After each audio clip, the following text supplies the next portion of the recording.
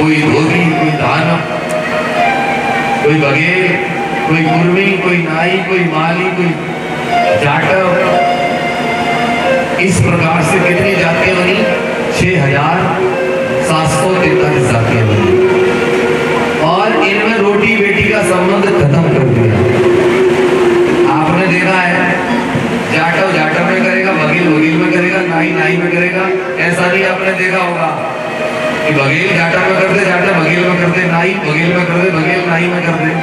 ऐसा नहीं होता। यानी रोटी बेटी का संबंध खत्म कर दिया। लेकिन ब्राह्मण क्षत्रिय वैश्य ने आपस में रोटी बेटी का संबंध बनाए रखा। अब बताइए, जब रोटी बेटी का संबंध होगा तो रिश्ते मजबूत होंगे कि नहीं होंगे? जिसकी बेटी गई हो तो रिश्ता बनेगा कि नहीं? ये लोग वर्ण व्यवस्था में बटे लेकिन फिर भी एक रहे, और हम लोगों को इन्होंने जातियों में बांट दिया और रोटी बेटी का संबंध खत्म कर दिया, ताकि ये लोग एक ना हो जाएं और हम इन पर राज करते रहे और ये हमारे गुलाम बने रहे। मुझे बड़े दुख के साथ कहना पड़ता है, कभी कभार लोग कहते हैं सूरज राई घड़े मुर्दे मत गाड़ो मधु आएगा, क्योंकि लोगों को सुनने में शर्म महसूस होती है। सन 1800 की बात बता रहा हूँ, पेशवाओं की। ऐसा जमाना था उस समय कि शूद्रों को 3 प्रकार से बांटा गया। टचेबल शूद्र, छूने वाले, अनटचेबल, न छूने वाले, अनसैडेबल, जिनकी छाया भी छूना पाप। एक को तो ये छू लेते, एक को नहीं छूते थे, एक की तो छाया भी छूना पाप था। और उस जमाने में कहीं कहीं ऐसी व्यवस्था भी नहीं कि शूद्रों के गले में हांडी और कड़ा पे झाड़ू तक बांध दिया गया। ये हर जगह नहीं था, लेकिन ऐसा हुआ। माताओं बहनों, ऐसी हालत कर दी, लेकिन एहसान मानो बाबा साहब का, जो 14 अप्रैल सन 1891 में मध्य प्रदेश के मऊ छावनी में पिता रामजी राव और मां भीमाबाई की कोख से 14वीं संतान के रूप में जन्मे और इस भारत में घोर जातवाद के बीच में पड़े, कष्ट अपमानों को सहा। और वही परम पूज्य बाबा साहब जब बड़े हुए, देश का संविधान लिखने का उन्हें मौका मिला, तो बाबा साहब ने उस वर्ण व्यवस्था को, मनुवाद की दीवार को धराशायी कर दिया और भारतीय संविधान लिख करके आपको सारे अधिकार परम पूज्य बाबा साहब ने दे दिए। उन्हीं बाबा साहब ने घोषणा की थी सन 1935 में कि मैं हिंदू धर्म में जन्मा। ये मेरे बस की बात नहीं थी, लेकिन मैं हिंदू धर्म में मरूंगा नहीं, ये मेरे बस की बात है। बाबा साहब ने इसी प्रतिज्ञा को कायम रखते हुए 22 वर्ष तक सभी धर्म ग्रंथ वेद शास्त्रों को बड़ा अध्ययन किया और अंत में, इसका बेस क्यों कर दो, अंत में उन्होंने निर्णय लिया कि दुनिया में अगर सबसे श्रेष्ठ और उत्तम कोई धर्म है तो वो केवल एक ही धर्म है, भगवान बुद्ध का कल्याणकारी धर्म, बौद्ध धर्म, बुद्ध का धर्म। बाबा साहब ने 14 अक्टूबर सन 1956 को हिंदू धर्म को त्याग करके बाबा साहब अम्बेडकर ने भगवान बुद्ध का धर्म ग्रहण कर लिया। आप लोगों को भी कहा, ऐ मेरी माँ बहनों भाई और सज्जनों, अगर तुम अपना कल्याण चाहते हो, स्वाभिमान और सम्मान चाहते हो, तो अपने कल्याण के लिए मैं तुमको बुद्ध का धर्म देकर के जा रहा हूँ, इसे अपना लेना, ग्रहण कर लेना, आपका जीवन संवर जाएगा। लेकिन बाबा साहब सन 56 में चले गए। आज तक क्या हमने अपने घर के आंगन को बदल पाया? क्या हमने अपना जीवन बदल पाया? क्या हमने भगवान बुद्ध के धर्म को ग्रहण कर पाए? हम लोग कितने लोगों ने यहाँ पर बौद्ध धर्म की दीक्षा ली है? बताइए, बौद्ध धर्म की दीक्षा कितने लोगों ने ली है? बताओ। जबकि जीवनी मंडी घेर वर्षों से कार्यक्रम करा रहा है, लेकिन यहाँ तो कोई बुद्धिस्ट नहीं है। मैं चाहता हूँ माँ बहनों, अगर तुम बाबा साहब के सपनों को साकार करना चाहते हो, अपने जीवन को बदलना चाहते हो, तो भगवान बुद्ध का कल्याणकारी धर्म तुम ही नहीं, इंडिया ही नहीं, चीन जा Manchuria, Thailand, Cambodia, Burma, Tibet, France, America, German, Japan, Sri Lanka आदि कंट्रियां 67 देश तो बुद्धिस्ट देश कहे जाते हैं, वो बुद्ध के धर्म को मानते हैं। और बाबा साहब की बात करूं तो बाबा साहब को सिंबल ऑफ नॉलेज कहा जाता है। बाबा साहब को पूरा विश्व नतमस्तक होता है। लेकिन आज भारत के लोग, इंडिया के लोग, जहां बुद्ध का जन्म हुआ, जहां बाबा साहब का जन्म हुआ, और ऐसे ज्ञानियों से आज भी वंचित हैं, और आज वो बाबा साहब बुद्ध को नहीं पढ़ना चाहते और ना ही अपने जीवन का विकास करना चाहते हैं। मैं आप लोगों से निवेदन करना चाहता हूं, 3 दिन मैं आप लोगों के बीच में रहूंगा, आज कल परसों। आप लोग पहले भगवान बुद्ध के धर्म को खूब समझ लो। समझने के बाद अगर अच्छा लगे तो माताओं बहनों बदलने में फिर ज्यादा देरी नहीं लगती है। मैं चाहता हूं अपने जीवन को बदल लेना, परिवर्तित कर लेना। बोलिए भगवान बुद्ध की दया हो, परम पूज्य बाबा साहब की दया हो। आइए, बाबा साहब अम्बेडकर ने हमारा जीवन बदल दिया। एक बहुत प्यारा संगीत बाबा साहब अम्बेडकर को समर्पित करता हूँ, और उसके बाद में मैं भगवान बुद्ध का जन्म आप लोगों को सुनाऊंगा।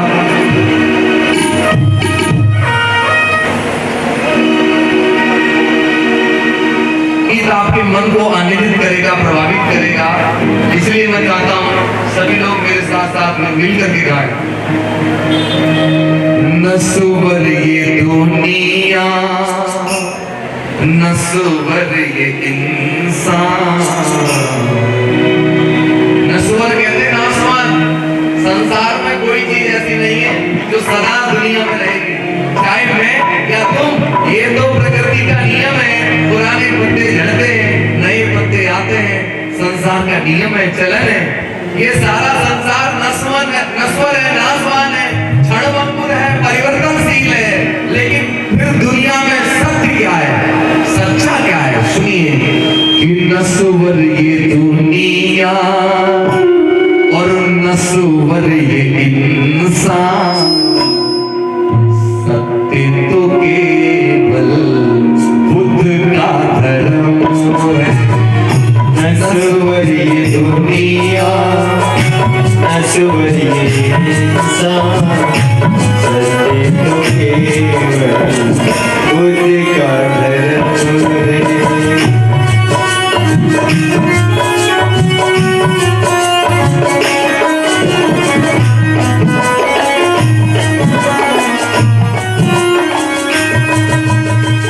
जिसे कह रहा है तू मेरा मेरा, जिसे कह रहा है तू मेरा मेरा, ये तेरा केवल मन का भ्रम है। नस्वर ये दुनिया, नस्वर ये इंसान, सत्य तो केवल बुद्ध का धर्म है।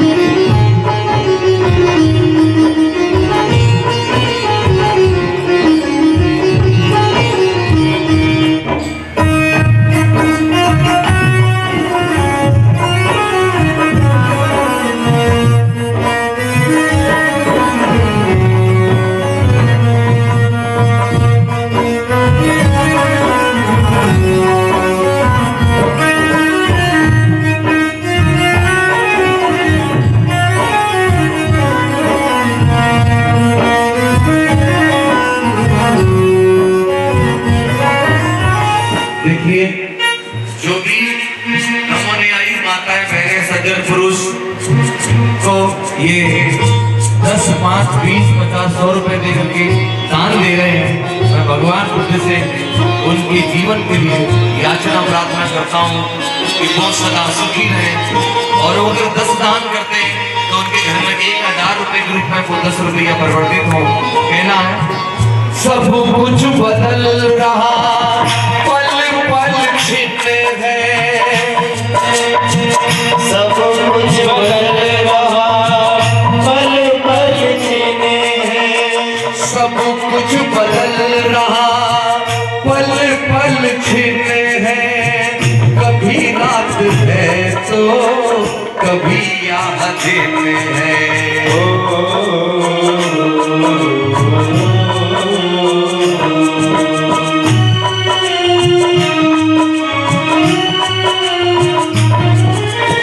सब कुछ बदल रहा, पल पल खिलते हैं, कभी रात है तो कभी यहाँ देते हैं।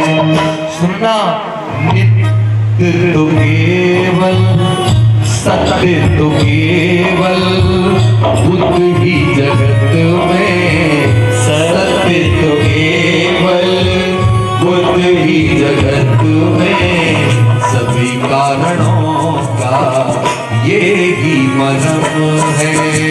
नस्वरी दुनिया नस्वरी इंसान, सत्य तो केवल बुद्ध का धर्म है।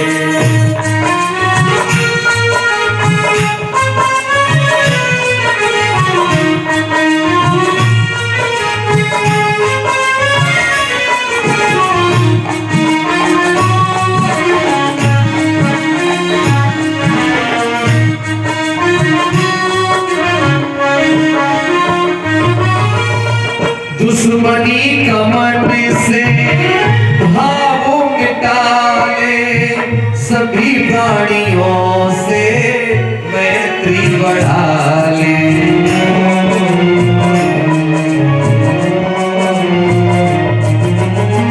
दुश्मनी कमर से भेद मिटाले, सभी प्राणियों से मैत्री बढ़ा ले। सील राह पर तुम बढ़ते चलो, सील राह पर तुम बढ़ते चलो, सीलों का पालते उत्तम कर्म है। नस्वर ये दुनिया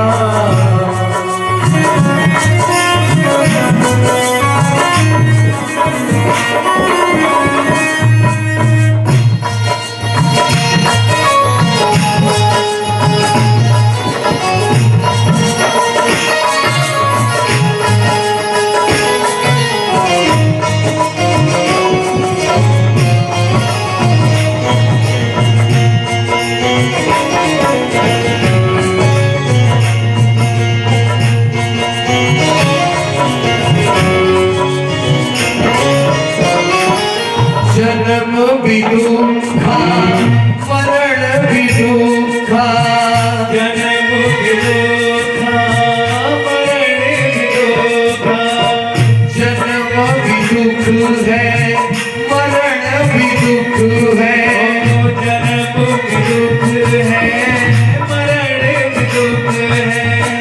सद्मार्ग ही जीवन का सुख है।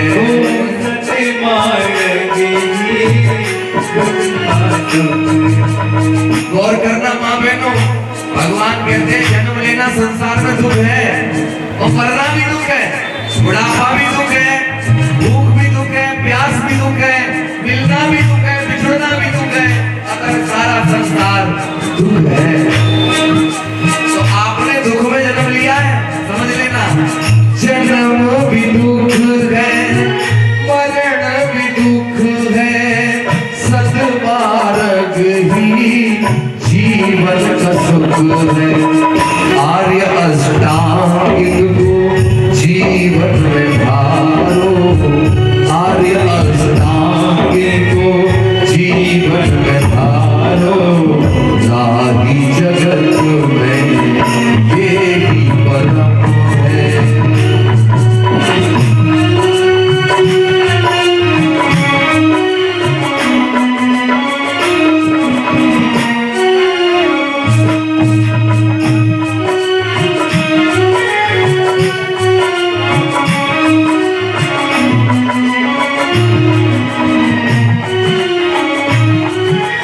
बोलिए भगवान बुद्ध की दया।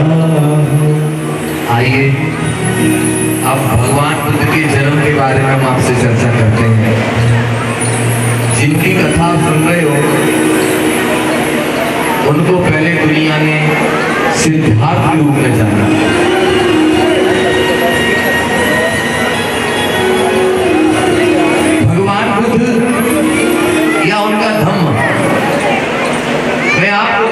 चाहता हूँ माँ बहनों भाइयों, भारत के कोने कोने में पहले भगवान बुद्ध के धम्म को जाना और माना जाता था, लेकिन आज नहीं लोग जानते। आज लोगों के जीवन में भगवान बुद्ध का धम्म दिखाई नहीं देता। क्या कारण है कि भगवान बुद्ध को और उनके धम्म को भूल गए? पहली बात मैं आपको बताना चाहता हूं, इस भारत के कोने कोने में भगवान बुद्ध के धम्म का बोलबाला था। बुद्ध के परिनिर्वाण हो जाने के बाद बुद्ध की लोकप्रियता संसार में बढ़ती चली गई। भगवान बुद्ध के धम्म को तमाम प्रतापी राजाओं ने अपनाया, जिनमें राजा प्रसेनजित, राजा बिंबिसार, राजा कनिष्क, राजा सम्राट अशोक, हर्षवर्धन,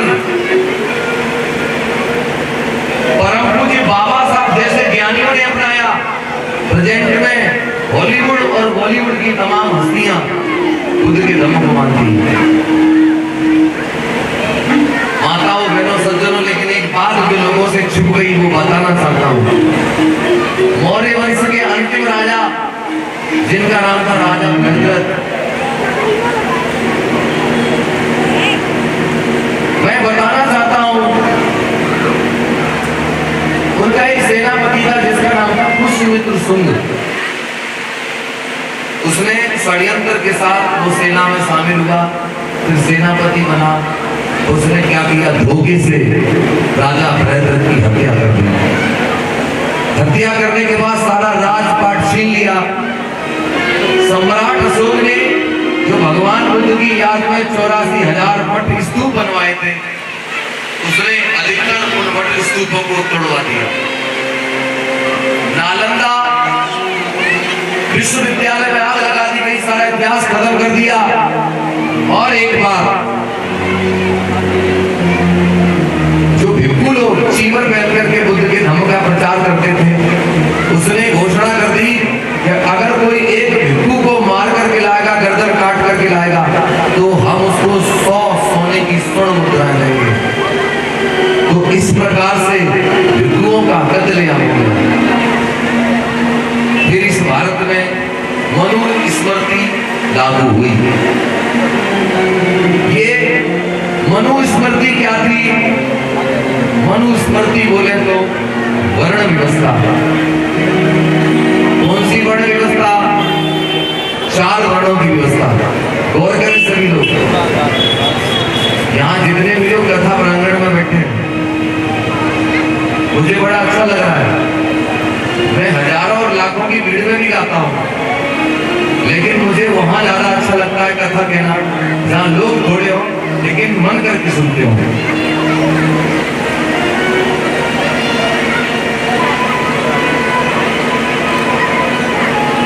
मैं आप लोगों को कहना चाहता हूं, मां बहनों सुनिए, वर्ण व्यवस्था लागू हुई और वर्ण व्यवस्था 4 वर्णों की व्यवस्था। पहला वर्ण ब्राह्मण, दूसरा क्षत्रिय, तीसरा वैश्य और चौथा शूद्र। ब्राह्मण जो पूजा पाठ करते हैं, उनका काम था विद्या को पढ़ना, पढ़ाना, पूजा पाठ करना। क्षत्रिय ठाकुर, उनका काम था युद्ध करना, हथियार चलाना, अस्त्र शस्त्र का संचालन करना। वैश्य बनिया का काम था धन इकट्ठा करना, व्यापार करना, रोजगार करना। और वैश्य के बाद है शूद्र, चौथा वर्ण। और शूद्र का काम था इन तीनों वर्णों की गुलामी करना, सेवा करना। शूद्र को अधिकार वंचित कर दिया, सारे अधिकार छीन लिए। ना तो पढ़ेगा, ना पढ़ाएगा, ना पूजा करेगा, ना पाठ, ना हथियार रखेगा, ना चलाएगा, ना युद्ध करेगा, ना व्यापार करेगा, ना धन इकट्ठा करेगा। केवल इन तीनों वर्णों की सेवा करेगा, गुलामी करेगा। अब बताइए, यहाँ जो लोग बैठे हैं, तुमसे धन छीन लिया जाए पढ़ाई छीन ली जाए, अस्त्र शस्त्र जो भी तुम्हारे पास मजबूती प्रदान करने वाली चीजें हैं वो सब छीन ली जाए, तो इंसान बताइए गुलाम होगा कि नहीं होगा? जब सब कुछ उसका छिन गया तो गुलाम हो गया। फिर हमारे समाज में कोई ताकतवर पैदा हो जाए, लेकिन शरीर में बहुत ताकतवर होने के बाद भी वो गुलाम होता था, क्योंकि उसके पास भुजबल तो था लेकिन बुद्धि बल, शस्त्र बल, शिक्षा का बल नहीं था। यहाँ जितने लोग बैठे हैं, और पूछना चाहता हूं कि आप ब्राह्मण हो? बताओ। क्या क्षत्रिय हो? आप क्षत्रिय भी नहीं हो। क्या वैश्य बनिया हो? आप बनिया भी नहीं हो। तो आप कौन से वर्ण में आते हो? शूद्र में। कौन से में आते हो? शूद्र वर्ण में आप आए और शूद्रों से सारे अधिकार छीन लिए। माताओं बहनों, शूद्रों को इतना ही नहीं हुआ, 6743 जातियों में टुकड़े टुकड़े करके बांट दिए। कोई धोबी, कोई दानव, कोई बघेल, कोई कुर्मी, कोई नाई, कोई माली, कोई जाटव, इस प्रकार से कितनी जातियां बनी? 6743 जातियां बनी, और इनमें रोटी बेटी का संबंध खत्म कर दिया। आपने देखा है, जाटव जाटव में करेगा, बघेल बघेल में करेगा, नाई नाई में करेगा। ऐसा नहीं आपने देखा होगा कि बघेल जाटव में करते, जाटव बघेल में करते, नाई बघेल में करते, बघेल नाई में करते। ऐसा नहीं होता। यानी रोटी बेटी का संबंध खत्म कर दिया। लेकिन ब्राह्मण, क्षत्रिय, वैश्य ने आपस में रोटी बेटी का संबंध बनाए रखा। अब बताइए, जब रोटी बेटी का संबंध होगा तो रिश्ते मजबूत होंगे कि नहीं होंगे? जिसकी बेटी गई हो तो रिश्ता बनेगा कि नहीं? ये लोग वर्ण व्यवस्था में बटे लेकिन फिर भी एक रहे, और हम लोगों को इन्होंने जातियों में बांट दिया और रोटी बेटी का संबंध खत्म कर दिया, ताकि ये लोग एक ना हो जाएं और हम इन पर राज करते रहे और ये हमारे गुलाम बने रहे। मुझे बड़े दुख के साथ कहना पड़ता है, कभी कभार लोग कहते हैं सूरज भाई घड़े मुर्दे मत उखाड़ो, मधु आएगा, क्योंकि लोगों को सुनने में शर्म महसूस होती है। सन 1800 की बात बता रहा हूँ, पेशवाओं की। ऐसा जमाना था उस समय कि शूद्रों को 3 प्रकार से बांटा गया। टचेबल शूद्र, छूने वाले; अनटचेबल, न छूने वाले; अनसैडेबल, जिनकी छाया भी छूना पाप। एक को तो ये छू लेते, एक को नहीं छूते थे, एक की तो छाया भी छूना पाप था। और उस जमाने में कहीं कहीं ऐसी व्यवस्था भी नहीं कि शूद्रों के गले में हांडी और कमर पे झाड़ू तक बांध दिया गया। ये हर जगह नहीं था, लेकिन ऐसा हुआ। माताओं बहनों, ऐसी हालत कर दी, लेकिन एहसान मानो बाबा साहब का, जो 14 अप्रैल सन 1891 में मध्य प्रदेश के मऊ छावनी में पिता रामजी राव और मां भीमाबाई की कोख से 14वीं संतान के रूप में जन्मे, और इस भारत में घोर जातिवाद के बीच में पड़े, कष्ट अपमानों को सहा, और वही परम पूज्य बाबा साहब जब बड़े हुए, देश का संविधान लिखने का उन्हें मौका मिला, तो बाबा साहब ने उस वर्ण व्यवस्था को, मनुवाद की दीवार को धराशायी कर दिया और भारतीय संविधान लिख करके आपके सारे अधिकार पर पूज्य बाबा साहब ने दे दिए। उन्हीं बाबा साहब ने घोषणा की थी सन 1935 में कि मैं हिंदू धर्म में जन्मा, ये मेरे बस की बात नहीं थी, लेकिन मैं हिंदू धर्म में मरूंगा नहीं, ये मेरे बस की बात है। बाबा साहब ने इसी प्रतिज्ञा को कायम रखते हुए 22 वर्ष तक सभी धर्म ग्रंथ, वेद शास्त्रों को बड़ा अध्ययन किया, और अंत में इसका बेस कम कर दो, अंत में उन्होंने निर्णय लिया कि दुनिया में अगर सबसे श्रेष्ठ और उत्तम कोई धर्म है तो वो केवल एक ही धर्म है, भगवान बुद्ध का कल्याणकारी धर्म, बौद्ध धर्म, बुद्ध का धर्म। बाबा साहब ने 14 अक्टूबर सन 1956 को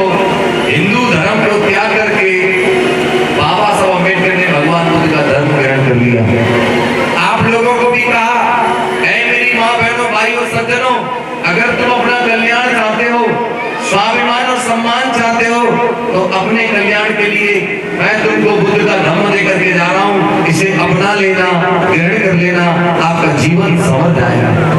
लेकिन बाबा साहब सन 56 में चले गए।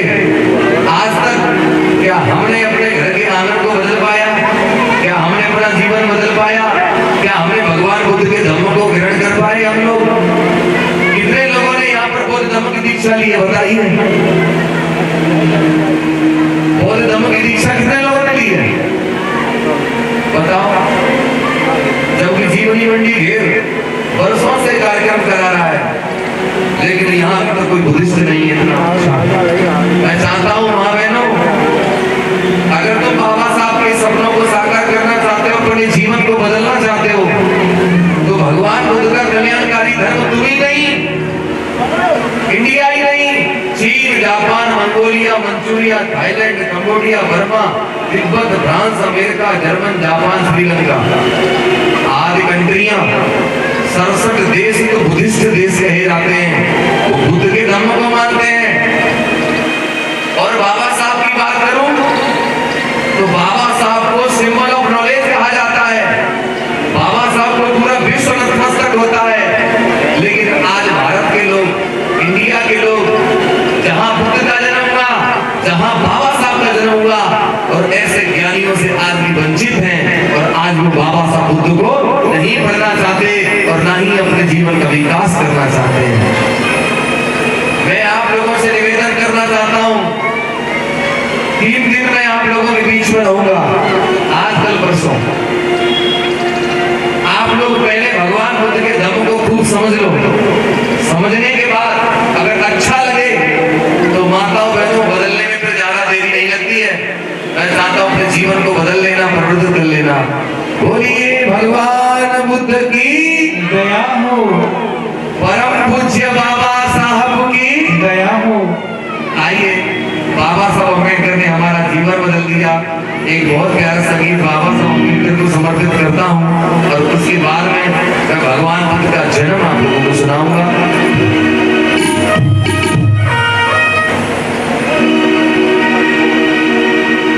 मेरे भी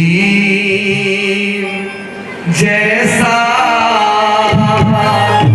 दुनिया में कोई ज्ञानी ना, मेरे भी जैसा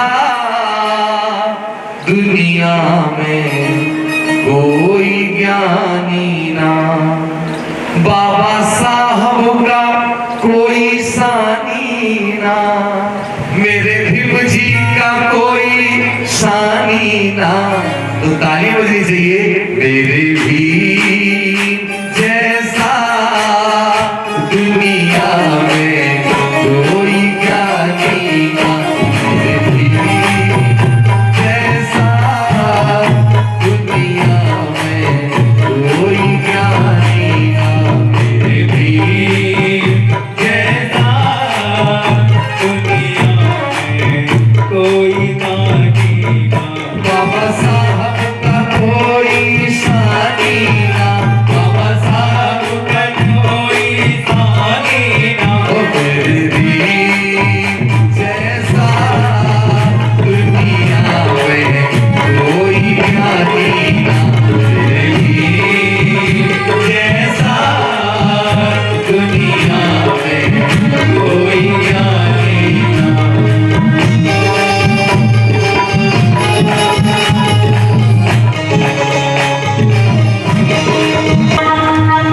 ज्ञान से सारी दुनिया में चर्चित है भी, सारी दुनिया में चर्चित है भी।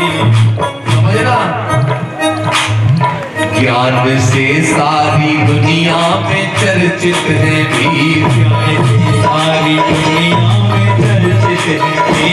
पंडितों के भी पंडित महापंडित है भी, पंडितों के भी पंडित महापंडित है भी।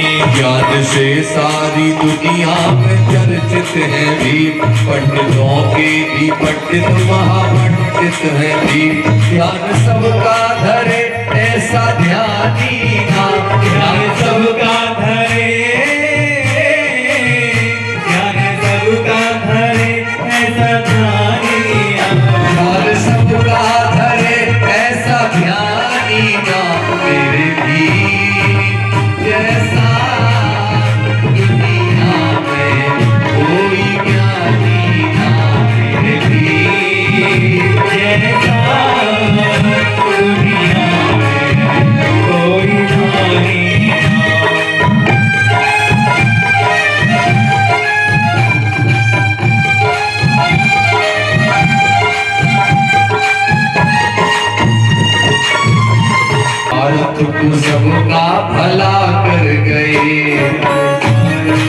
सबको भला कर गए।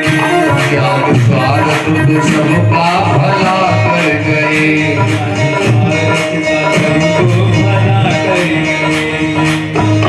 अंधेरों में वो दीपक जला कर गए। वो दीपक जला कर गए। त्याग स्वार्थ को सबका भला कर गए। अंधेरों में वो दीपक जला कर गए।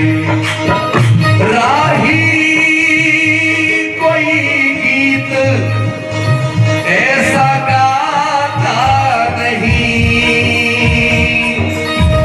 जिक्र जिसमें भी मुराद का आता नहीं। त्याग स्वार्थ को सबका भला कर गए।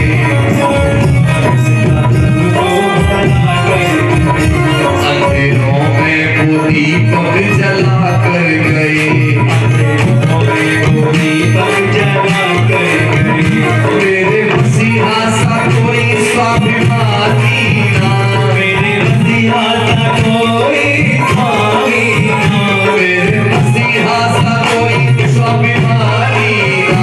मेरे भी जैसा दुनिया में कोई ज्ञानी ना। जैसा दुनिया में कोई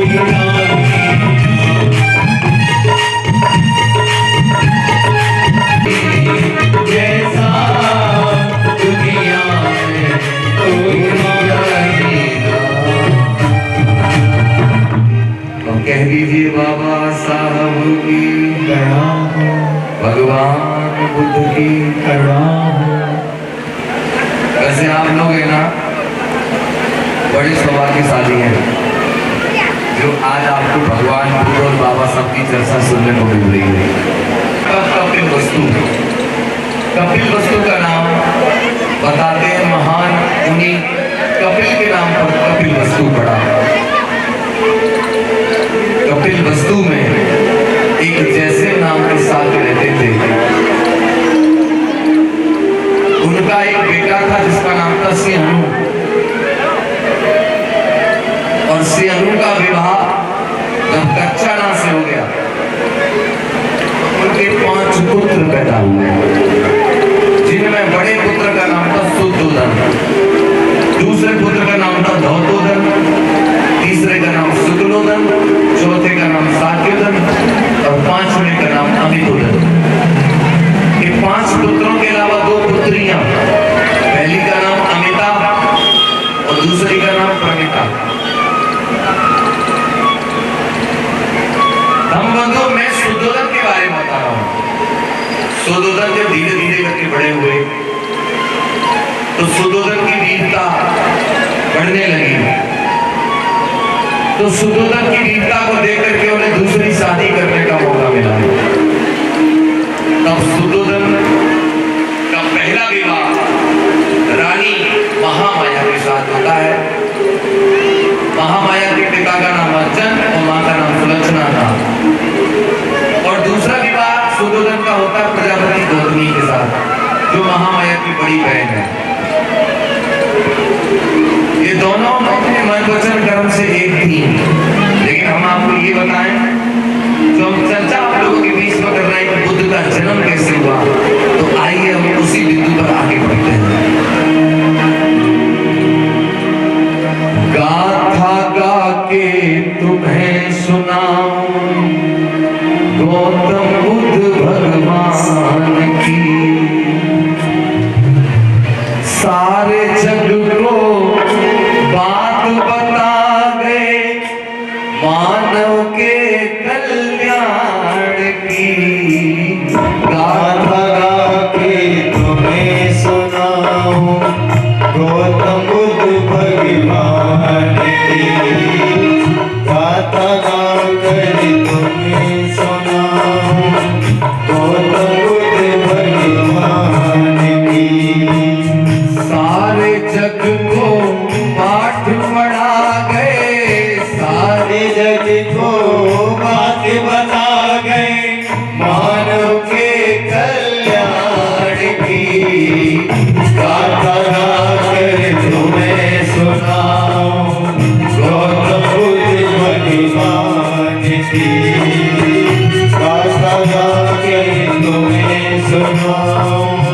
गौतम बुद्ध भगवान की।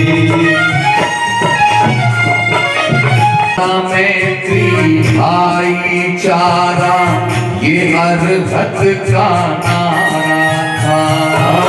करुणा मैत्री भाईचारा ये अरहत का नारा था। सीलों पर चलना रे मानव ये ही वचन उचारा था। सीलों पर चलना रे मानव ये ही वचन गुजारा था। राजपाट को त्याग के जिसने तन पे जीवन धारा था। राजपाट को त्याग के जिसने तन पर जीवन धारा था। दिलों से वो दीवार गिराई नफरत और अभिमान की। दिलों से वो दीवार गिराई नफरत और अभिमान की। सारे जग को बात बता गए मानव के कल्याण की।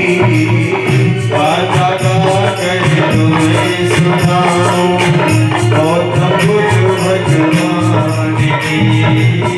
गाथा गाकर तुम्हें सुनाऊं गौतम बुद्ध भगवान की।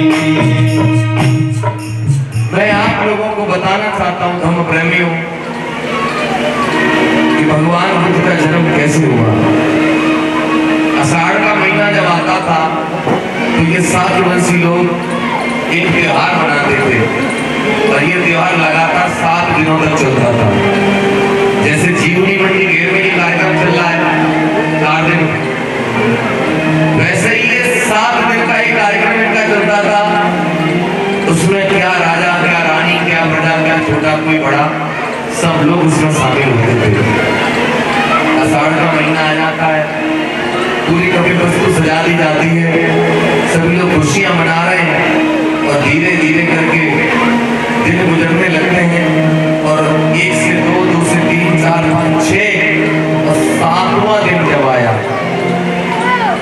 तो 7वें दिन रानी महामाया सवेरे सवेरे उठी, सुगंधित जल से स्नान किया।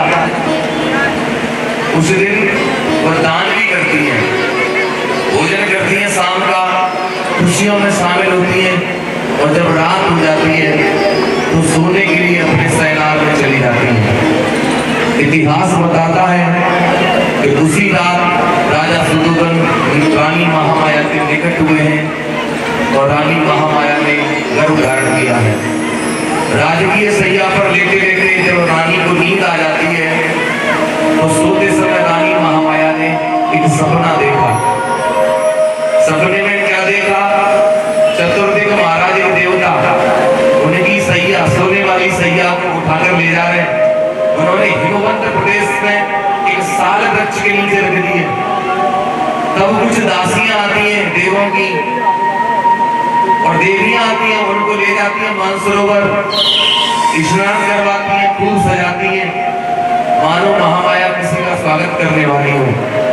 थोड़ी देर के पश्चात क्या देख रही हैं कि एक सुमेध नाम का बोधिसत्व रानी महामाया के सामने आया, हाथ जोड़ के कहने लगा, हे रानी महामाया, मैं पृथ्वी पर तुम्हारी कोख से जन्म लेना चाहता हूँ, क्या तुम मेरी मां बनना स्वीकार करोगी?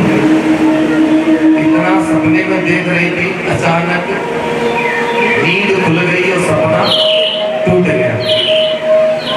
एकदम रानी महामाया घबराने लगी, अपने पति को जगा लिया, कहने लगी, महाराज मैंने अभी थोड़ी देर पहले एक सपना देखा है और सपने में जो जो देखा सो रानी महामाया ने अपने पति सुदोधन को सब कुछ बता दिया। अब राजा ने कहा, रानी महामाया घबराओ मत, सो जाओ, सवेरा होने दो, तुमने जो सपना देखा है हम इसका हल निकलवाएंगे। सवेरा होते ही राजा ने कुछ विद्वानों को अपने घर बुलाया। जो विद्वान सपना सुन करके कुछ घोषणा कर देते थे कि ऐसा हो सकता है। सपना यहाँ जितने लोग बैठे हैं सब देखते होंगे, कोई अच्छा कोई बुरा। तो विद्वान बुलवाए, मैं नाम बताऊं उनके, पहले का नाम राम, दूसरे का ध्वज, तीसरे का लक्ष्मण, मंत्री कोटज भोज सुजान सुदत्त, ये 8 विद्वान आए। राजा ने पहले उनको भोजन करवाया। भोजन करने के बाद सपने की सारी कहानी उनको सुनाई और कहने लगे अब ये बताओ कि मेरी पत्नी ने जो सपना देखा है इस सपने का सही सही अर्थ क्या निकल रहा है। तब उन विद्वानों ने चिंतन मनन करने के बाद कहा कि हे राजन, घबराने की जरूरत नहीं है, तुम्हारी रानी की कोख से कोई पुत्र पैदा होगा। अगर वह पुत्र घर में रहेगा तो चक्रवर्ती सम्राट राजा बनेगा। अगर उसने घर परिवार को छोड़ दिया तो आगे चल करके वही बेटा बुद्ध बनेगा और सारे जगत का अपने ज्ञान से कल्याण करेगा। इतनी बात उन्होंने बताई, राजा रानी बड़े खुश हो जाते हैं। तो धीरे धीरे करके पुत्र की आस लगाए रानी महामाया समय व्यतीत कर रही हैं और धीरे धीरे करके 9 माह 9 महीने गुजर गए। 10वां महीना लग गया है। रानी महामाया चिंता में है, नए मेहमान के इंतजार में है। तो एक दिन रानी महामाया अपने पति सुतोधन से हाथ जोड़ करके एक बात कहने लगी है, महाराज सुनो क्या कि अनुमति होती हर जाने की और मन में रही है आए, अपने पूर्वजों की प्रथा का पालन करूं मैं जाए, नाथ मोए आज्ञा दे दो, जाऊं मैं हंस के कह दो। नाथ मोए आज्ञा दे दो, जाऊं मैं हंस के कह दो। नाथ मोए आज्ञा दे दो, जाऊं मैं हंस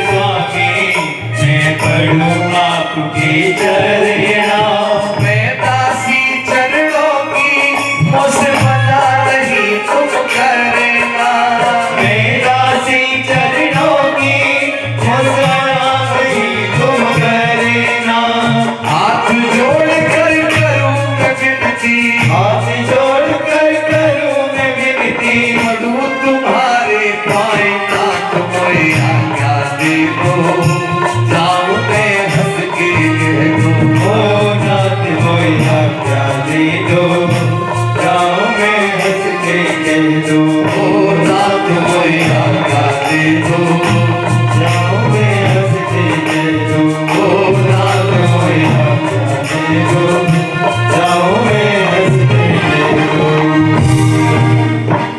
महामाया अपने पति से कहने लगे, स्वामी हमारे मायके की परंपरा है कि जब भी कोई लड़की अपने पहले बच्चे को जन्म देती है तो अपने पीहर में देती है, तो मैं चाहती हूँ कि मैं अपने पहले बच्चे को जन्म अपने पीहर में दूं। तो स्वामी तुमसे निवेदन कर रही है, मुझे मेरे मायके जाने की आज्ञा दे दो। महाराज कहने लगे, रानी महामाया अरे इसमें आज्ञा मांगने की कौन सी बात है?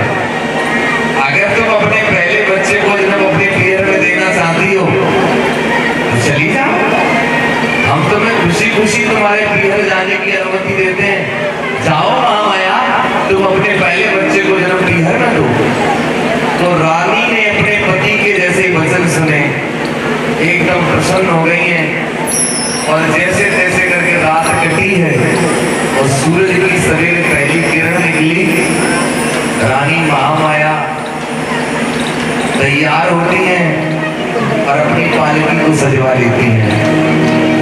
पालकी को सजवा लिया, मुंह बोली सखियां दासियां चतुर सैनिक सब ले लिए और रानी महामाया पालकी में बैठ गई। उनका मन नहीं कर रहा कि पति को छोड़ करके जाऊं, लेकिन बेचारी पालकी में बैठ करके मुड़ मुड़ के देख रही है अपने पति को और अपने पीहर जा रही है। माताओं बहनों कैसे,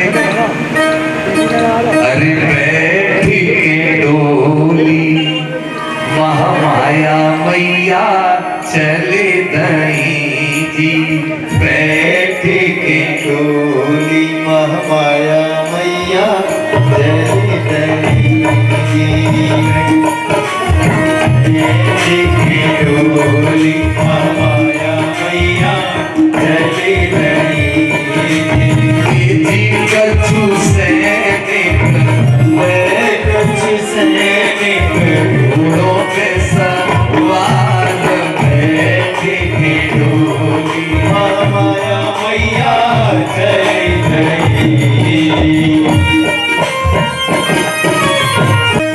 अरे संग की सहेली संग में देखो चली दई, संग की सहेली संग में चली गई। अरे तेरी कछु सखियां हमें कछु सखियां कावत बल्हार बैठे के महामाया मैया चली गई।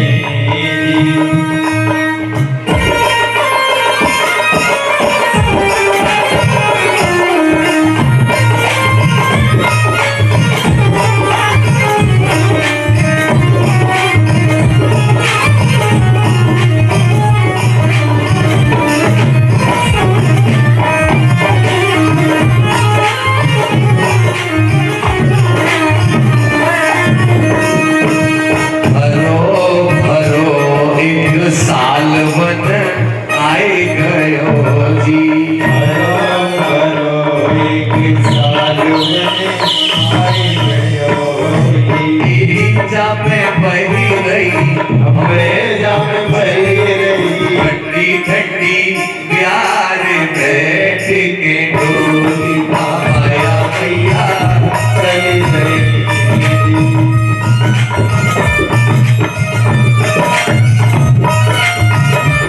ओ बैठ के डोली महामाया मैया चली गई, बैठ के डोली महामाया मैया चली गई। रानी महामाया जैसे जैसे चली जा रही हैं, जैसे जैसे चली जा रही हैं, आगे क्या हुआ, रास्ते में वन पड़ा जिसको कहते हैं लुम्बिनी वन। क्या कहते हैं? लुम्बिनी वन।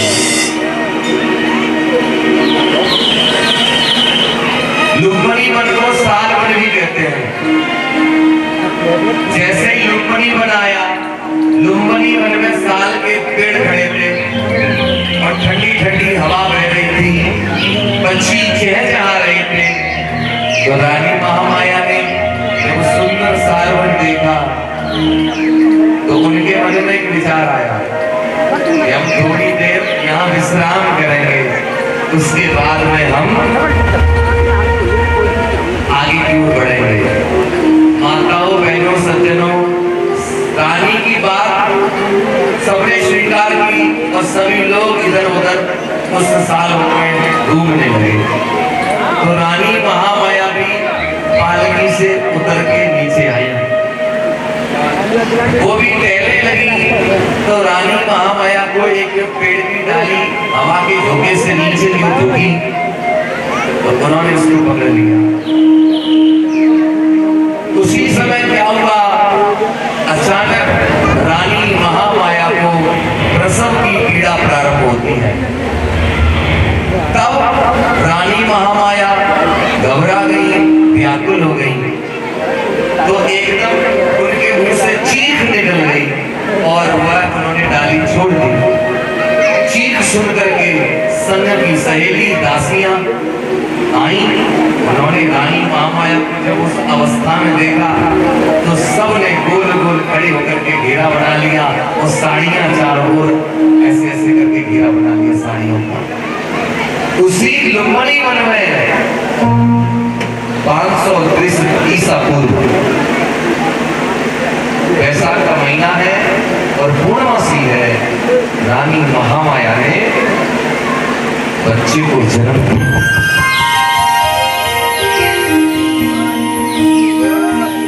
जैसे ही बच्चे का जन्म हुआ जंगल में मंगल हो गया, पक्के घर में लगे बच्ची जहदाट करने लगे। बच्चे का जन्म हुआ है कैसे? महामाया के जन्म है ना, जंगल में मंगल हो लगो, महामाया के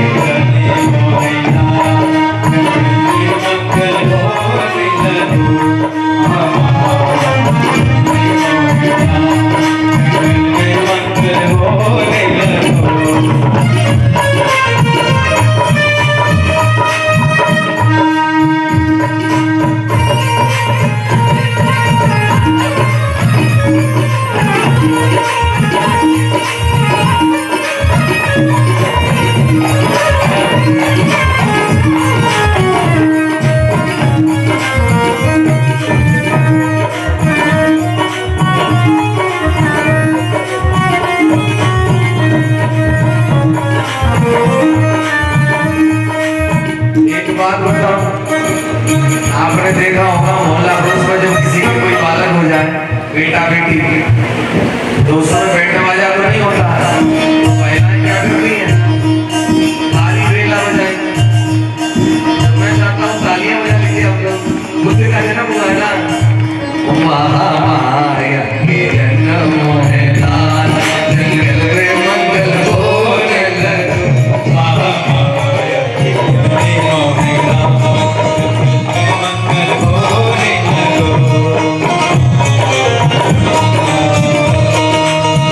गुरु गुरु ललना मन सबके भावे, गुरु गुरु ललना मन सबके भावे, गुरु गुरु ललना मन सबके भावे, गुरु गुरु ललना मन सबके भावे, गुरु गुरु ललना मन सबके भावे, गुरु गुरु मन सबके भावे, गुरु गुरु ललना मन सबके भावे, गुरु गुरु ललना मन सबके भावे। हो जाती काले काले, जाती काले काले घुंघराले बाल, जंगल में मंगल हो लगो, महामाया के जन्म है ना, जंगल में मंगल होने लगो।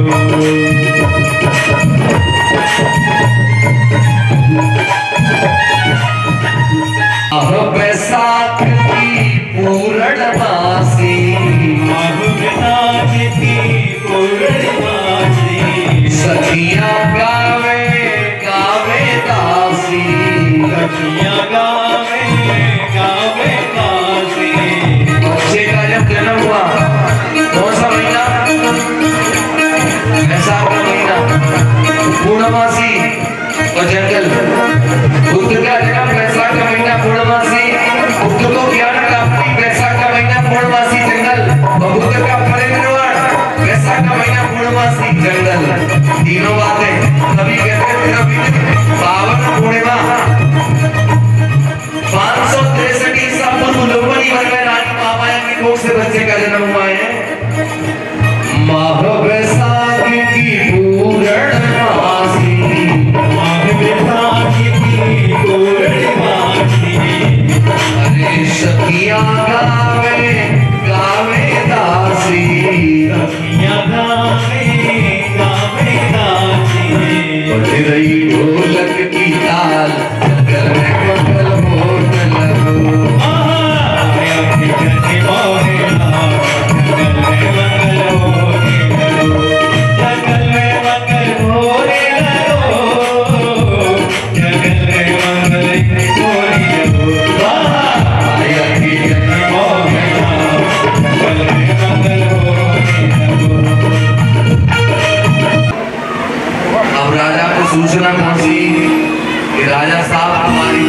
की कोख से लुपनी वन में जन्म हो गया है, अतः रानी अपनी मायके पहुंच ही नहीं पाई है। तो राजा ने क्या किया, चतुर सैनिकों को भेज करके रानी को अपने महलों में वापस बुलवा लिया। अब तो राजा के घर में बेटा जन्मा है, वो भी बहुत दिनों के बाद। तो राजा ने चारों ओर ढोल नगाड़े बजवा दिए, मिठाइयां लड्डू बटने लगे, साधु संत फकीर सब आने लगे और बधाइयां देने लगे, आशीर्वाद देने लगे। उसी समय एक महामुनि जो बहुत ही ज्ञानी पुरुष थे, उनका नाम था असित मुनि। असित मुनि को यह बात सुनने को मिली कि राजा शुद्धोधन के घर में कोई अद्भुत बालक पैदा हुआ है। तो असित मुनि जी बच्चे का दर्शन करने के लिए महलों में चले आए। राजा ने असित मुनि का स्वागत सत्कार किया, उनको पानी पिलवाया, भोजन दिया। भोजन के बाद राजा शुद्धोधन अपनी पत्नी को कहने लगे कि असित मुनि जी आए हैं, इससे बढ़िया अवसर कहाँ मिलेगा, बच्चे का नामकरण करवा लो। तो अपनी पत्नी को ये बात कही तो महामाया बच्चे को गोदी में लेकर के आई और उन्होंने वो बच्चा असित मुनि की गोदी में दे दिया। कहने लगी, हे मुनिवर, कोई अच्छा सा नाम हमारे बच्चे का रख दीजिए। तो असित मुनि ने जैसे बच्चे को गोदी में लिया और बच्चे को निहारा, देखा, क्या हुआ कि बेहोश से उठे नवजात के लक्षण लोने दे। उस बालक के जैसे ही लक्षण देखे उन्होंने। एक कहावत सुनी होगी आपने कि पूत के पांव पालना में दिखाई दे जाते हैं, कि बेहोश से उठे नवजात के लक्षण लोने देखे और भर आए जुग नैन पुनि सुनिज जर्जर तन देखे। असित मुनि ने जैसे ही बच्चे के लक्षणों को देखा, जाना, परखा, तो पहले तो असित मुनि हंसने लगे, मुस्कुराने लगे और थोड़ी ही देर के बाद असित मुनि रोने लगे। असित मुनि जी मुस्कुराए और रोए। ये दृश्य राजा ने देख लिया। राजा आगे आया, हाथ जोड़ के कहने लगा, एक बात बता दो मुझे, क्या मेरा बेटा दुनिया में सब कुशल तो रहेगा, ठीक ठाक तो रहेगा? उन्होंने कहा, राजन, काहे को चिंता करते हो? तुम्हारे घर में जो बेटा जन्मा है, ये बेटा अगर घर में रहेगा तो राजा बनेगा, सम्राट बनेगा।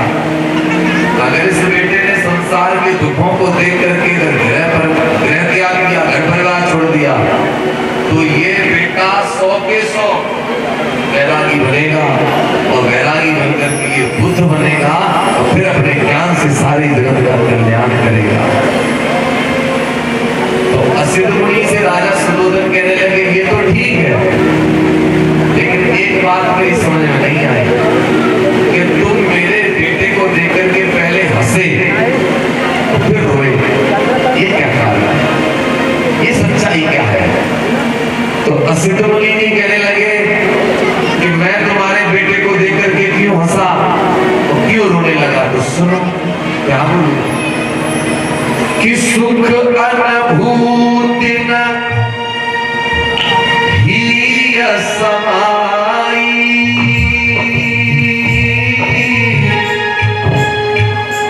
और बने मुस्कान झलके मुख आई।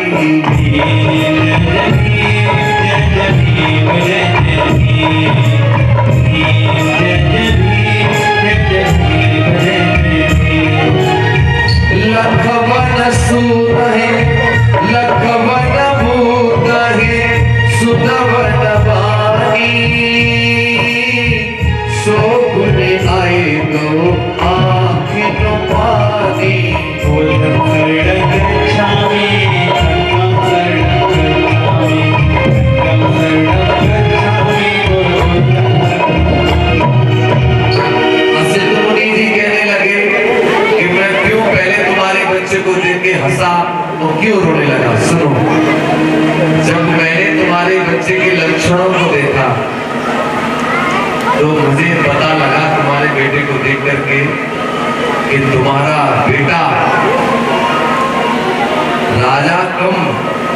इसके बुद्ध बनने के चांसेस ज्यादा दिखाई देते हैं। अगर तुम मेरा फैसला सुनो तो मैं ये कहूंगा कि ये बेटा बड़ा होकर के 100%, 100% ये बड़ा होकर के बुद्ध ही बनेगा। तब मेरे चेहरे पर हंसी आ गई, खुशी आ गई कि कितने समय बाद बुद्ध पैदा होंगे। तो मैं खुश हो गया, मेरे चेहरे पर मुस्कुराहट आ गई कि बुद्ध पैदा होंगे, ये बेटा बुद्ध बनेगा। लेकिन जैसे ही मैंने अपने बुढ़ापे वाला ये जर्जर शरीर देखा तो मैं रोने लगा। क्यों?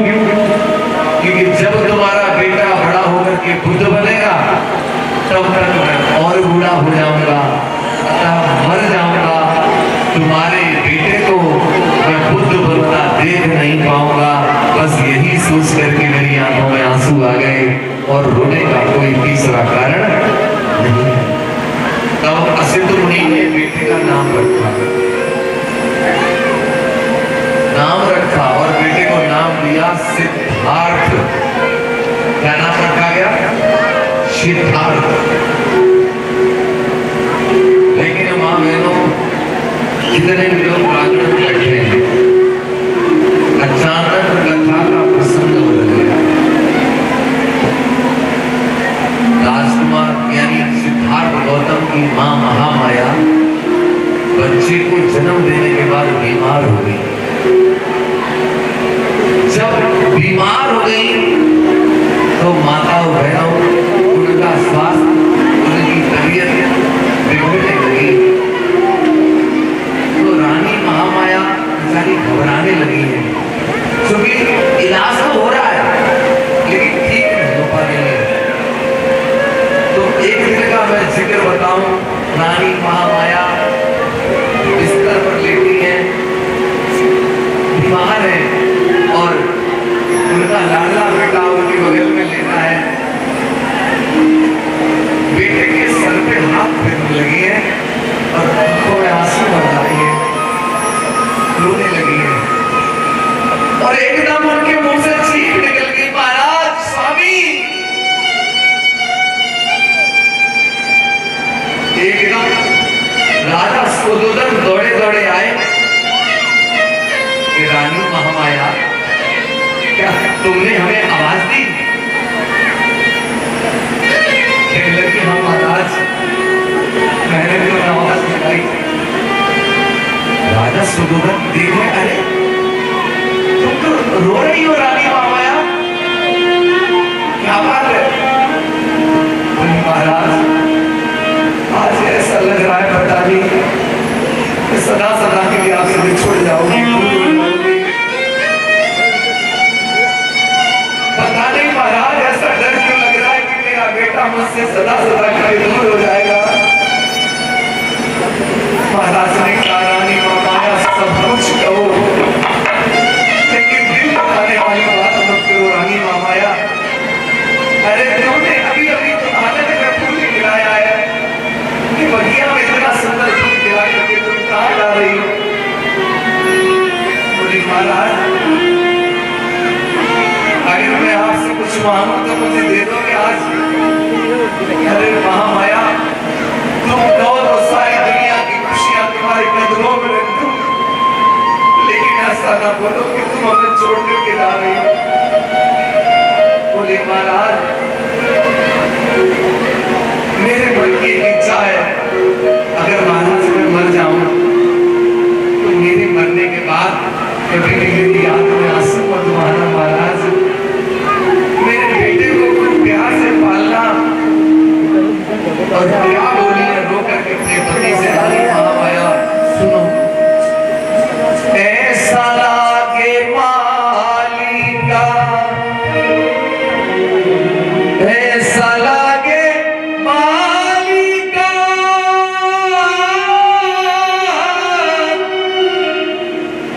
ऐसा लागे मालिका, चमन लुट रहा है, मुझको संभालो महा महाराज मेरा दम घुट रहा है। मुझको संभालो महाराज मेरा दम घुट रहा है।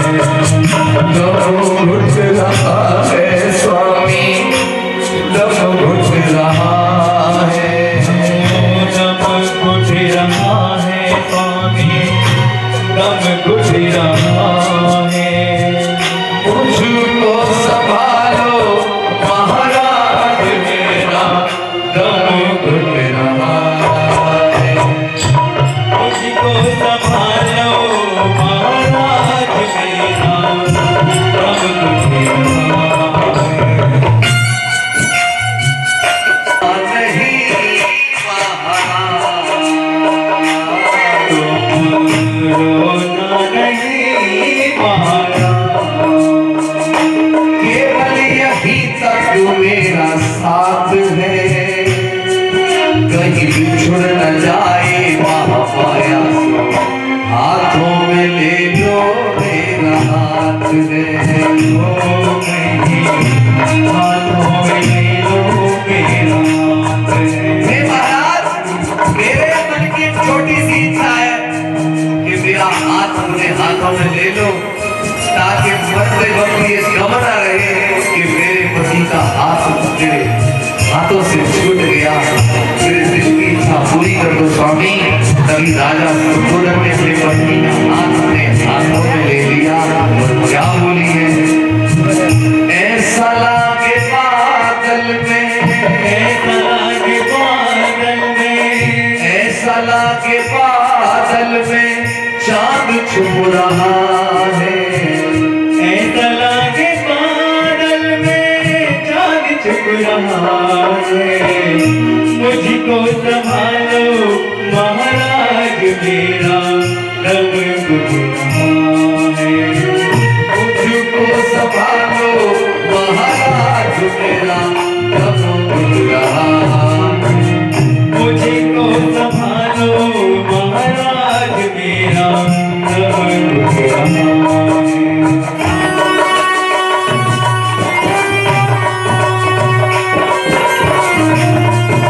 और कहने लगी अपनी बहन से, क्या मैं मर जाऊं तो कहना,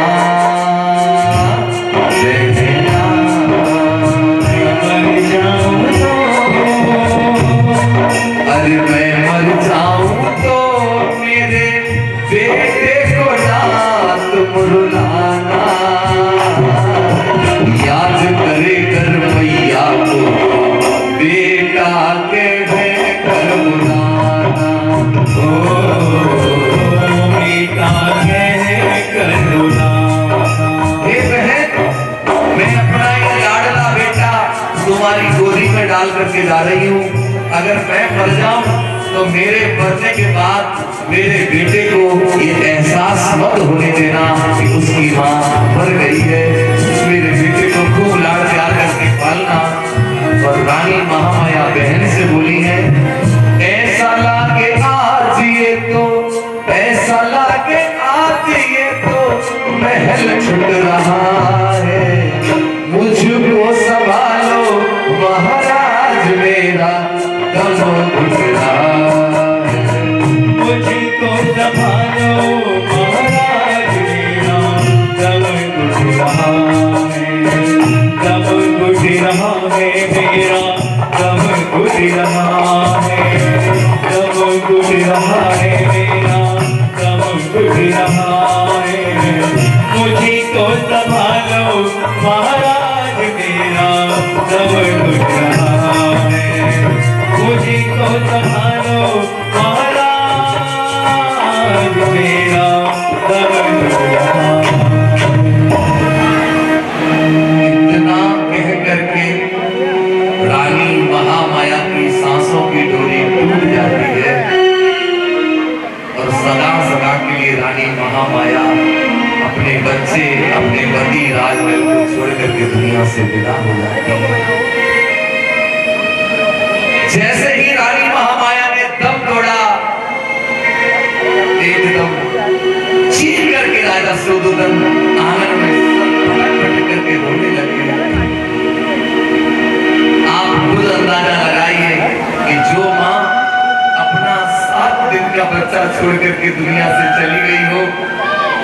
परिवार पे कितना बड़ा कहर टूटा होगा, कितना बड़ा दुख का पहाड़ टूटा होगा। आज पूरा परिवार इकट्ठा हो गया, तो सब रो रो करके बुरा हाल कर रहे हैं। महाराज अपनी पत्नी की लाश को, उनके सर को गोदी में रख लेते हैं, बार बार पुकारते हैं महामाया महामाया, आवाज दो महामाया।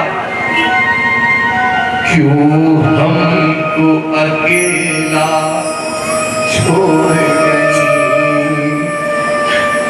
मुआ कर ये बचना जाना।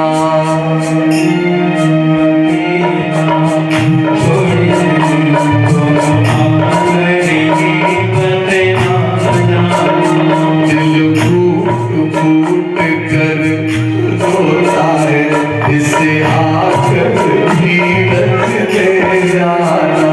दिल फूट फूट कर रोता है, तुम आकर धीरज दे जाना। लाश को देखकर प्याज रो रो करके महाराज को तो सर क्या कह रहे हैं। क्यों फूल खिलाया बगिया में, जो माली तुझको जाना था। क्यों प्यार दिया था इतना हमें, जो हमको आज रुलाना था। जरा आंखें खोलो महामाया, हमें आकर बोल सुना जाना। हमको अकेला छोड़ गई, तुम आकर धीरज दे जाना।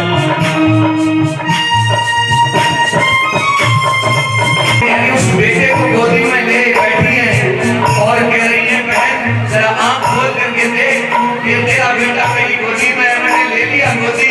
बहन तू क्यों चिंता करती है, क्या बोली है।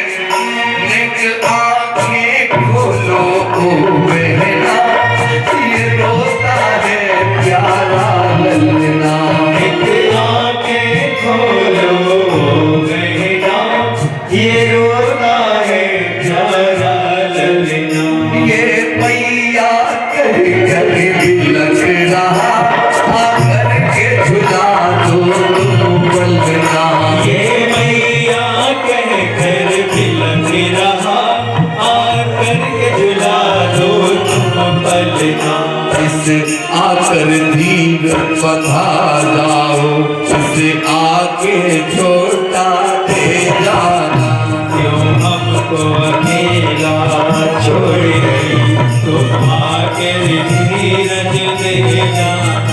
क्यों हमको अकेला छोड़ गई, तुम आकर ये समझाना। आज इस प्रकार से रानी महामाया दुनिया से विदा हो जाती है। जब रानी महामाया ने अपना दम तोड़ा, उस समय के बेटे की उम्र केवल 7 दिन की थी, केवल 7 दिन का बेटा था। लेकिन एक अच्छी बात बताऊं, महामाया तो दुनिया से चली गई, लेकिन प्रजापति गौतमी ने भी गर्भ धारण किया था। तो 1 महीने बाद उन्होंने भी अपनी कोख से अपने बेटे को एक बच्चे को जन्म दिया, बेटा जन्मा। उस बेटे का नाम नंद रखा गया। लेकिन प्रजापति गौतमी ने क्या किया, अपनी कोख का जन्मा हुआ बच्चा अपनी दासी को दे दिया। कहा कि मेरे बच्चे का लालन पालन दासी तुम करोगी, लेकिन मैं अपना सारा लाड़ प्यार अपने बहन के बच्चे पर लुटाऊंगी। उन्होंने अपनी बहन के बच्चे का पालन पोषण करना प्रारंभ कर दिया। कभी कभार लोग कहते हैं ये सिद्धार्थ गौतम को गौतम क्यों कहा गया, तो प्रजापति गौतमी के कारण ही उनके नाम के पीछे गौतम लग गया। उनकी मौसी को गौतमी कहते थे, प्रजापति गौतमी, इसलिए इनको सिद्धार्थ गौतम कहा गया, क्योंकि उनकी मौसी माँ ने उनका लालन पालन किया। आप जो कहानी सुन रहे हैं, अभी मैंने आपको जन्म की कहानी सुनाई है, और मुझे मौका मिला है केवल 3 दिन का। मैं बाहर जाता हूँ तो लोग मुझसे कोई 8 दिन के लिए बुलाते हैं मुझे, कोई 7 दिन के लिए, कोई 5 दिन के लिए। लेकिन जीवनी मंडी घेर के लोगों ने 3 दिन के लिए बुलाया है। अब 3 दिन में आप समझ सकते हो क्या क्या बता सकता हूँ। लेकिन अब ये मेरे लिए बड़ा चैलेंज का विषय है। मैं कभी सोचता था, वैसे मैं जीवनी मंडी घेर में कितने बार नहीं आया, लेकिन कार्यक्रम यहाँ रोज हुए, लेकिन जितना परिवर्तन होना चाहिए था उतना जीवनी मंडी घेर में है नहीं। लेकिन मैं वादा करता हूँ, साम दाम दंड भेद, इस मोहल्ले का कूड़ा कचरा मैं यहाँ से समेट करके ले जाऊंगा। कूड़ा कचरा समझ में आ रहा है? वो नालियों के कूड़े की बात नहीं कर रहा, जो घरों में कूड़ा रखा है, काल्पनिक चीजें घर में भरी पड़ी है और दिमाग में जो कचरा भरा है, मैं उसकी सफाई करने आया हूँ। नरेंद्र मोदी गलियों की सफाई करवाते हैं और ये सूरज राय दिमाग की सफाई करने के लिए घर से निकला हुआ है। तो ऐसे मुझे सफाई करनी समझिए आप लोग। बाबा साहब अम्बेडकर का संदेशा लेकर के आप लोगों के बीच में आया हूँ। वहां बैठा हूँ, लेकिन एक चीज मैं आपको बताऊं, आज पहला दिन था। ये कथा आप पहले मुझे बताओ अच्छी लग रही है, लेकिन यहाँ अच्छी लग रही है तो मुझसे कहूंगा ये कथा 12 बजे शुरू होगी। कल कितने बजे बताइए? आप लोग घर से इतना लेट निकलोगे तो कितना सुन पाओगे? वैसे भी तो 3 दिन मिले हैं और आप लोग घर से इसलिए नहीं निकले, देखेंगे कैसी कथा हो रही, क्या हो रही, वो पहले देख ले। लेकिन मैं निवेदन करता हूँ 2 दिन बचे हैं, 12 बजे से लेकर के शाम को 4 से 5 बजे तक। मैं बात आई से एक छोटा सा उदाहरण बता रहा हूँ। एक घर में एक बच्चा था जो जुआ खेलता था, शराब पीता था, ताश पट्टी में रहता था, लड़ाई दंगे करता था। घर वाले बड़े परेशान रहते थे, सुधर नहीं आता वो बालक, बड़े परेशान। उन्हें पता लगा कि भैया जीवनी मंडी बुद्ध विहार पर कोई भंते जी रहते हैं, बताते बड़े ज्ञानी हैं, और उनसे अगर बच्चे को ले जाया जाए तो वो कुछ बात बता तो बच्चा समझ सकता है। तो वो बच्चे के पास गए, वो कहता बेटा ये शराब पीना, ये गुटखा बीड़ी सिगरेट तमाम शराब तुम क्यों नहीं छोड़ देते? क्यों तुमने इसको अपने गले लगा रखा है, क्यों पकड़ रखा है? वो कहता नहीं, इस शराब को मैंने नहीं पकड़ रखा है, इस शराब ने मुझे पकड़ रखा है। बंदे जी ने समझ लिया। उन्होंने कहा तुम ये काम करो, कल आओ, तुम्हारा बच्चा ठीक हो जाएगा, सुधर जाएगा। अगले दिन बंदे जी के पास आए, बंदे जी ने बगिया में बुलाया, तो बेटा आ गए कि हाँ, एक काम करोगे बताओ, इस सामने जो पेड़ दिखाई दे रहा है छोटा सा पौधा, क्या मुझे दोगे उखाड़ के? उसने कैसे उखाड़ के देते लो? मैंने कहा एक दूसरा काम करोगे कि क्या, इससे बड़ा पौधा उसे दोगे, इतना बड़ा था, उसने उसे कैसे बड़ा उखाड़ दिया लो? बंदे जी ने कहा इससे बड़ा पौधा कैसे उखाड़ के दोगे? वो लड़का कह रहा बंदे जी कैसा काम करते हो उखाड़ के बचाने का? उसने दोनों हाथों से ऐसे फाड़ के लो बंदे जी ने एक काम और कर बोल तुम्हें, ये सामने पेड़ दिखाई दे रहा है, क्या इसे उखाड़ के मुझे दोगे? तो गया उसने उस पेड़ को है ना हिला करके देखा, लेकिन पेड़ उखड़ा नहीं। उन्होंने कहा बेटा उखाड़ के दो। नहीं बंदे जी इसकी जड़ें मजबूत हो चुकी हैं, अब ये पेड़ नहीं पड़ेगा। तो बेटा आदतें शुरू में लगे तो बदली जा सकती हैं, लेकिन इन आदतों की जड़ें अगर मजबूत हो गई तो उनका बदलना मुश्किल हो जाता है।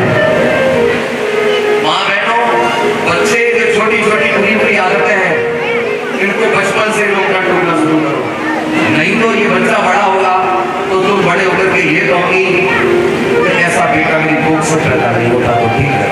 क्यों? एक बेटा था, माँ बहनों,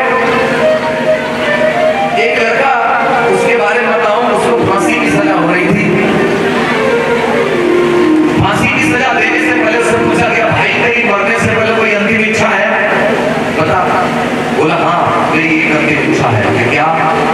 कि मुझे फांसी देने से पहले मेरे माँ बाप को फांसी दे दी जाए। सारे लोग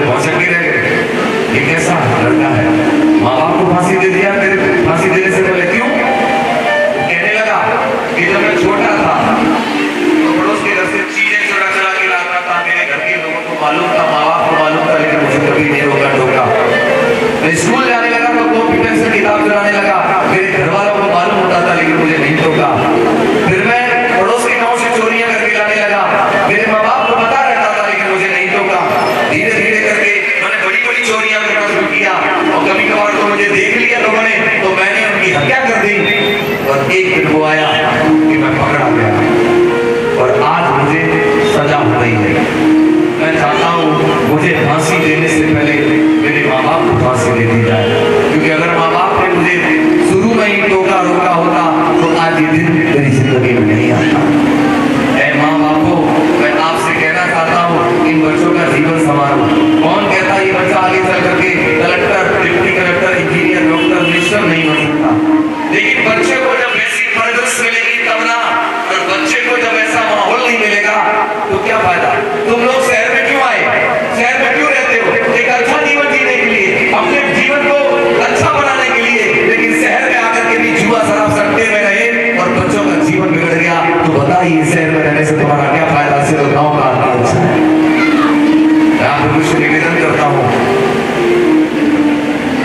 भगवान बुद्ध से एक व्यक्ति व्यास ने कहा कि भगवान कान होने के बाद कौन व्यक्ति बहरा और आंख होने के बाद कौन व्यक्ति अंधा?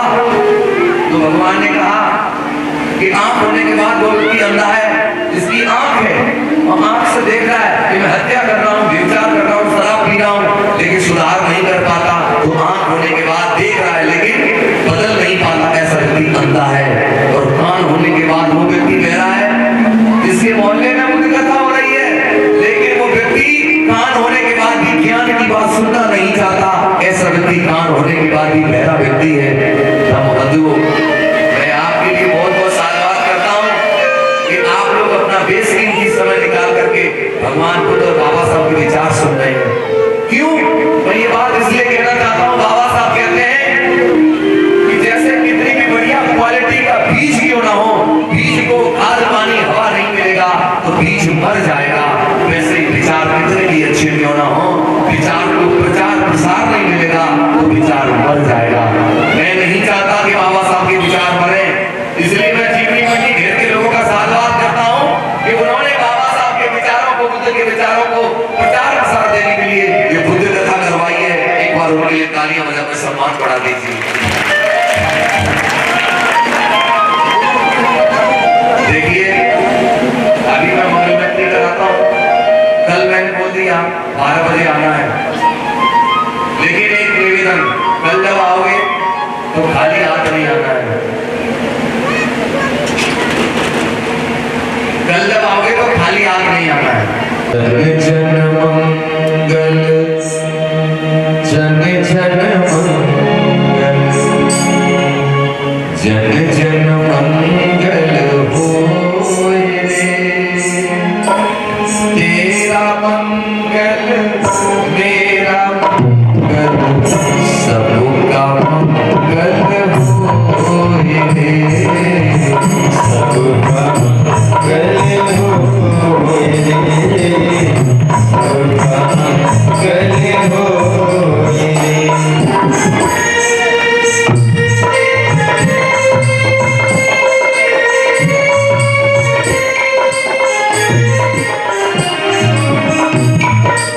शुद्ध धर्म सबके बन जागे, पाप पराजित होए रे, पाप पराजित होए रे, पाप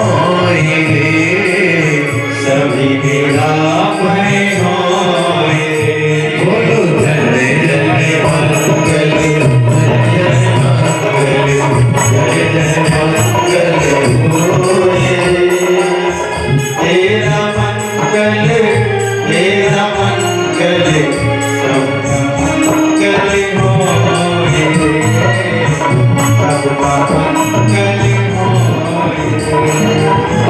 इस धरती के तरुण तरण कण कण में धम समा जाए, कण कण में धम्म समा जाए, कण कण में धम्म समा जाए।